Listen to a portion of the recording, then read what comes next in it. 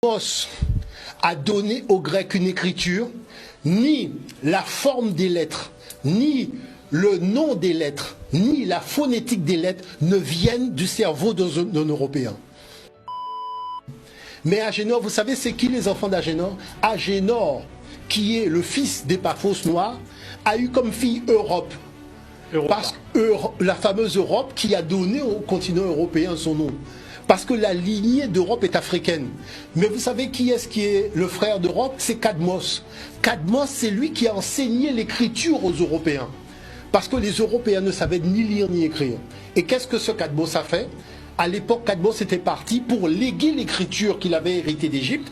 Et regardez une chose, je vais vous dire le débat que j'ai eu à la Sorbonne sur la question. Parce que là, on rentre dans du sérieux.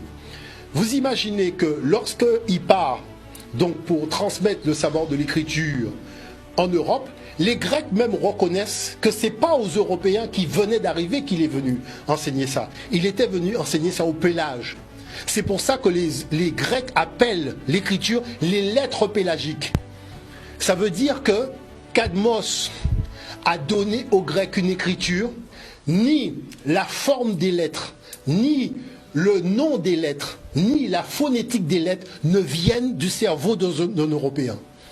Et c'est pour ça que vous prenez n'importe quelle science et vie, vous allez voir que sur l'Europe, il n'y a pas d'écriture. Vous voyez, il n'y a pas d'écriture antique, parce que l'Europe n'est pas un continent d'écriture, comme le reconnaît la Bibliothèque nationale de France. Et ça, c'est très important de le souligner. Donc, du coup, qu'est-ce qui se passe? Les Pélagos avaient essaimé en Italie. Et les Noirs qui vivaient en Italie avaient déjà monté l'Empire, avec toute la technologie dont on fait quoi que ça appartient aux Romains. Dans mon livre, j'ai mis toute une série d'exemples. Vous imaginez les temples que vous avez en Italie n'ont pas été inventés par les Européens lorsqu'ils sont arrivés en Italie. Parce que la ville de Rome existait déjà, tout ça existait déjà, avec les palais, avec tout ça. Et ce sont les Étrusques qui mangeaient couchés. C'est-à-dire que quand on vous parle de ce peuple-là qui a inventé le latin, parce qu'ici, vous avez des gens, quand ils parlaient latin, ils ont l'impression qu'ils ont quitté le monde nègre pour évoluer vers le monde blanc, alors que des gens qui sont au Congo et qui parlent Kikongo, Chiluba, quand ils apprennent aux jeunes dans les facultés européennes à parler le latin, qu'est-ce qu'ils découvrent? En fait, ils parlent Kikongo.